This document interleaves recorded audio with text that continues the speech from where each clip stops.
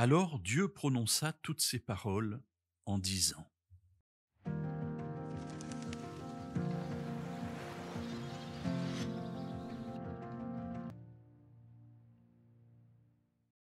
Le passage que je viens d'introduire, c'est celui des 10 commandements, que l'on appelle couramment les 10 commandements, les 10 paroles.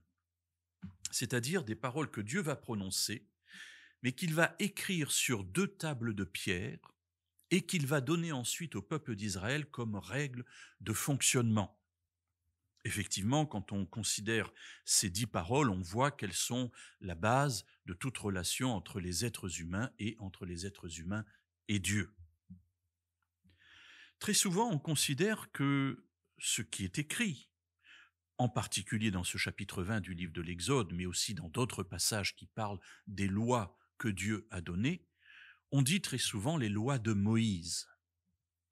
Et aujourd'hui, je voudrais insister simplement sur cette introduction. Demain, nous verrons la première parole ensemble. Lorsque Dieu dit, ou plutôt lorsqu'il est écrit, que Dieu prononça toutes ces paroles en disant. Cela signifie que les paroles qui vont suivre ne sont pas des paroles d'hommes, ne sont pas des paroles de Moïse, même si c'est lui qui les a écrites ensuite dans le livre que nous appelons la Bible, mais qui d'abord ont été gravées d'ailleurs sur des tables de pierre par Dieu lui-même, c'est ce que le texte biblique dira. Nous nous trouvons ici non devant des paroles humaines, mais devant des paroles venant de Dieu lui-même. Alors vous me direz, toute la Bible est la parole de Dieu, bien sûr, c'est aussi le surnom qu'on lui donne, la parole de Dieu. Pour autant, dans cette parole inspirée par Dieu, il y a des épisodes terribles.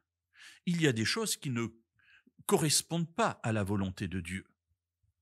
Lorsque nous avons ce Lévite qui va couper sa femme en 12 morceaux et envoyer un morceau dans chaque tribu, on ne peut pas dire que c'est quelque chose que Dieu voulait.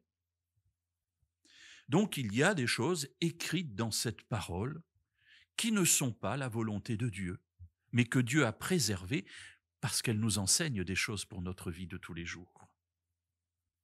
En revanche, dans ces 10 paroles qui sont ainsi mentionnées dans le livre de l'Exode au chapitre 20, nous trouvons là effectivement les paroles mêmes de Dieu. Et c'est pour cela qu'elles sont importantes, et c'est pour cela que ces paroles tiennent une place prépondérante dans tous les peuples qui sont issus de la révélation biblique, que ce soit le peuple juif ou le peuple chrétien. Ces 10 paroles ont une place prépondérante, cela signifie que nous avons un grand avantage à les écouter et à les mettre en pratique dans notre vie.